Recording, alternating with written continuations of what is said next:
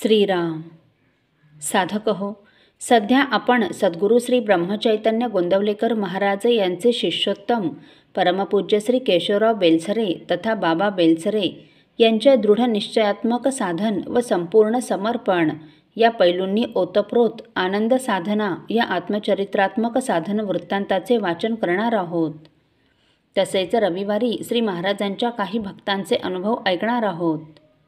परमपूज्य बाबा सांगतात, कामवासनेशी सामना दिल्या वाचून आता गत्यंतर नाही असे पक्के ठरवल्यावर उत्साहाच्या भरात तिच्यावर समोरासमोर आघात करण्याचे मी निश्चित केले.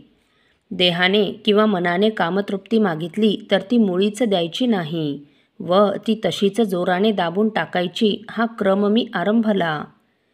काही दिवसच माझा क्रम चालायचा, पण ती दबलेली वासना थोड्याच दिवसांनी इतक्या जोराने उसळी मारायची की मी सपशेल पराभूत व्हायचो. माझा दबलेला काम बहुतेक स्वप्नसृष्टीत मोकाट सुटायचा आणि मला स्वस्थ झोप लागायची नाही. जागेपणी पोट हलके असून देखील मन उगीचच अशांत असायचे आणि वाचनात एकाग्र व्हायचे नाही. यातून मार्ग काढावा म्हणून मी काममानसशास्त्राचा अभ्यास करू लागलो. ते वाचताना गंमतच झाली. त्याची शास्त्रीय विवेचनाकडे व सिद्धांताकडे चित्त न लागता त्यात वर्णिलेल्या कामतृप्तीच्या विकृत उदाहरणातच माझे मन आवडीने रस घेऊ लागले. तरी पण त्या अभ्यासाचा एक मोठा फायदा असा झाला की जगातील सगळ्या स्त्री पुरुषांवर कामाचा केवढा अंमल चालतो हे पाहून मन थक्क झाले. मानवी जीवनातील निरनिराळ्या क्षेत्रात नेत्रदीपक कर्तृत्व गाजवणारी माणसे देखील कामवासनेपुढे नमतात. भगवंताच्या नामाला घट्ट धरणारे संतच तेवढे कामावर स्वार होतात हे नवीन सत्य मला कळले. शिवाय 2 मार्गदर्शक गोष्टी मी शिकलो. पहिली गोष्ट, देहातून आनंद मिळविण्याची धडपड करणे हा वासनेचा मूळ धर्म आहे. कामवासना तृप्त करणारी क्रिया सर्वात तीव्र इंद्रिय संवेदना निर्माण करते. देहबुद्धीच्या भूमिकेवर आनंदाची इतकी तीव्र अनुभूती इतरत्र लाभत नाही, म्हणून सर्वसामान्य स्त्री पुरुष कामवासना भोगण्यासाठी इतके लाचार होतात. दुसरी गोष्ट, काम ही एक प्रचंड शक्ती आहे. तिच्याद्वारा जगातील जीवन साकार होते. ती दाबून टाकणे अनैसर्गिक आहे. तसे केले तर विकृती निर्माण होते, म्हणून तिचे रूपांतर करणे हितावह ठरते. तिचे रूपांतर केले तर त्यातून उत्तम वाङ्मय, कला, विद्या, वक्तृत्व निर्माण होऊ शकते. भक्त देखील आपल्या साधनाने भगवंताच्या प्रेमात तिचे रूपांतर करतो. स्वतःच्या जीवनात या गोष्टीचा पडताळा पाहावा म्हणून मी सूक्ष्म अवलोकन करू लागलो. पहिला अनुभव असा दिसला की कामवासना भोगली असता पुढे 2 दिवस नामाची स्थिरता व धार आपोआप कमी होऊन जाई. अंतर्मनात खळबळ झाल्याने वृत्ती नाजूक बने आणि मागील अप्रिय स्मृती उगाचच वर येऊन मन गढूळ करून टाकीत. वाचन लेखनात सहज होणारी माझी एकाग्रता लटकी पडायची. तेव्हा कामवासनेचा भोग माणसाला मनाने व काही अंशी देहाने क्षीण करतो यात मला शंका उरली नाही. समोरासमोर काम आवरणे आपल्याला शक्य नाही, मग त्याला आडूनच मारला पाहिजे हे खरे. त्यासाठी प्रथम मी देह ताब्यात घेतला. माझे खाणे, बोलणे व पाहणे मी कटाक्षाने आवरले.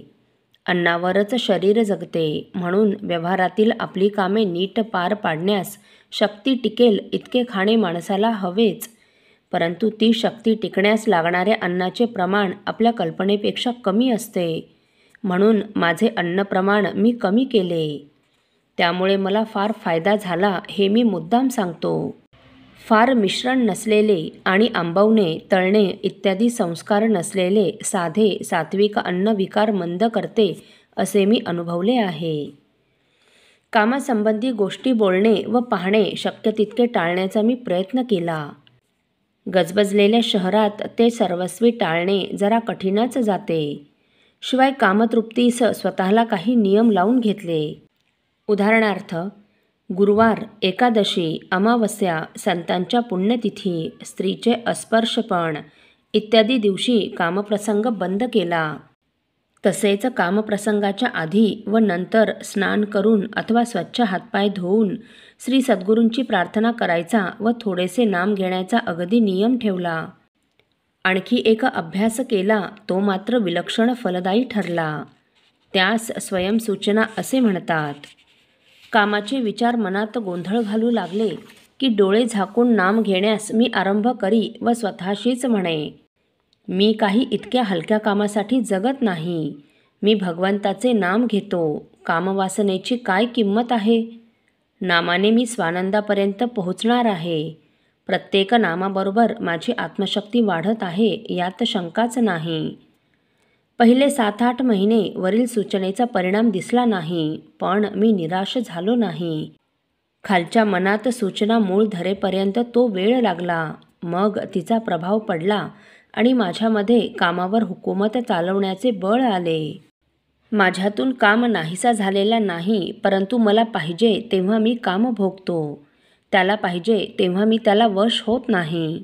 अशी सध्याची अवस्था आहे. प्रपंचात राहणाऱ्या साधनी माणसाला कर्तव्यासाठी थोडी तरी कामवासना भोगावी लागते, पण ती भोगून झाली की तो तिला विसरून जातो.